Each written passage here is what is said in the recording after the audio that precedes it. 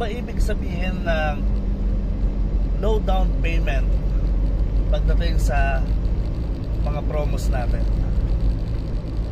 Ibig sabihin ba pag may pang down payment ka, like 5,000 down payment, 10,000 down payment, 15,000 down payment, ibig sabihin ba pag may pang down payment ka, automatic ma-approve ka na? Hindi po ganun yun. Ang kino-consider po ng banks pag nag-a-apply po tayo sa auto loan ay yung capacity po natin na makapagbayad ng monthly. So in terms po ng mga low down payment, bonus na lang po yun na mababa yung inyong ida-down dahil may mga discounting po tayo na ina-apply sa down payment. Pero sa approval po, ang pinakatinitignan po ng mga banks dyan is yung income nyo versus doon sa monthly payment na ina-applyan nyo pong sasakyan. So kung gusto nyo pong ma-approve, mas madaling ma-approve, mas malaki pong down payment, meaning po mas liliit po yung ilo-loan yung amount.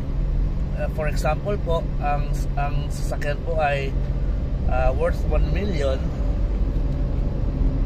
Kung sa 15% po na down payment, so ang ilo-loan nyo na lang po is 85%. Yung 85% na po yun po yung magkakaroon ng interest at i-divide sa 60 months or kung ano po yung terms na gusto nyo. So kung magda-down payment po kayo na mas malaki, let's say mga 30%, ang amount na lang po na ilo-loan nyo is magiging 70%. Ang 70% po ng 1 million is nasa 700. So yung 700 na yun versus 850, pag 15% po kayo, mas maliit na po yung magiging monthly nyo. So ibig sabihin, mas madali nyo na pong mababayaran nyo. So mas madali rin pong mabibigyan kayo ng approval ng bangko pagdating sa auto loan.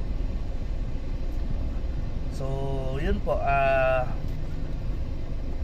sa mga nagtataka po kung bakit mahirap ma-approve sa 15%, yun po ay nasa capacity po kasi ng applicant natin.